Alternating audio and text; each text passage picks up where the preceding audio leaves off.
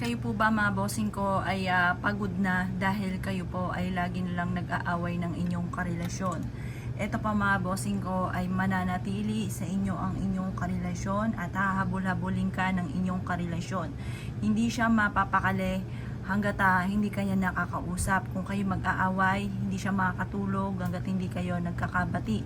Or kung kayo po ay mayroong LDR relationship, yan po mga bossing ko, hindi ka nakakabakaba dahil alam mo ng iyong karelasyon ay bagay mahal na mahal ka at maghahabol-habol sa iyo. Ikaw lang ang tanging iisipin po niya. Proven po ito mga bossing ko. Ngayon, kumuha po kayo mga bossing ko ng luya. Ang luya mga bossing ko ay isa sa mga subok na rin na napakaswerte pagdating sa usapin ng kaperahan. Kapag ito ay natuyo lalo, ito ay maswerte sa pera.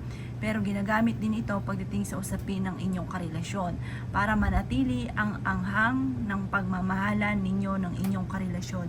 Subukan nyo po ito. Ito po mga bossing ko ang ating luya. Isusulat nyo po dito sa luya ang intention ninyo sa inyong karelasyon na kayo lang ang mamahalin at hindi na siya titingin sa iba at kayo ay lagi niyang iisipin at kailanman ay hindi na siya magkakagusto pa sa iba. Ganun pa mga bossing ko, i-wish nyo na ang lahat ng gusto ninyo, pero paalala lamang, dapat ang gumagawa ng ganito mga bossing ko ay yung legal na asawa or ng karelasyon mga bossing, dahil maaaring magbago ang inyo pong isipan at maaaring kayo po ay diba, magjowa kayo at nagbago bigla isipan ninyo na kung mga bossing kayo maaaring hindi nyo na mabawi ito. Kaya mas maganda na ang magagawa ng ganito ay kasal na at may mga anak na, parang kumagay nandyan na, hindi ka na pwedeng kumawala pa.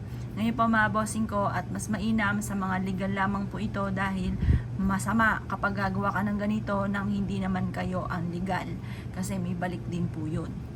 Ngayon pa mga bossing, isulat nyo na dito yung intention ninyo na halimbawa ang inyong karelasyon ay kayo lang ang mamahalin at wala nang iba pa. Hindi na siya titingin kahit kanino. Yan, ganun po mga bossing ko. At makukonsensya siya kada gawa niya ng kasamaan or hindi na siya nagpaplano ng gawa ng kasamaan. Bahala na po kayo kung anong gusto niyo i-wish. Pagtapos na po kayo mag-wish, tusok-tusukin niyo po ito mga bossing ko ng mas maganda karayom. Or kaya itong pinanulat niyo, tusok-tusukin niyo po siya. Tapos paulit-ulit hanggang sa makontento ka doon sa mga ginawa ninyo na ang ibig sabihin po noon mga bossing ko, parang pinapaalahanan niyo siya na huwag makakalimot doon sa mga bilin po ninyo, yung kung ano yung intention niyo na isinulat po dito. At pagkatapos mga bossing ko, kumuha ka ng pulang tali at isabit nyo po ito sa may bintana po ninyo. Sa may bintana mga bossing, sa mataas na parte ng inyong bintana. Doon nyo po siya ilalagay, doon nyo po siya isasabit. Makakatulong po ito mga bossing ko para ang inyo pong karelasyon ay mananatili sa iyo at maaaring sambahin kanya or mahalin kanya ng sobra. Kapag gumawa ka ng ganito, sikreto lamang po ito kasi once may nakakaalam, matagal bago matupad or kaya po nakukontra mga bossing.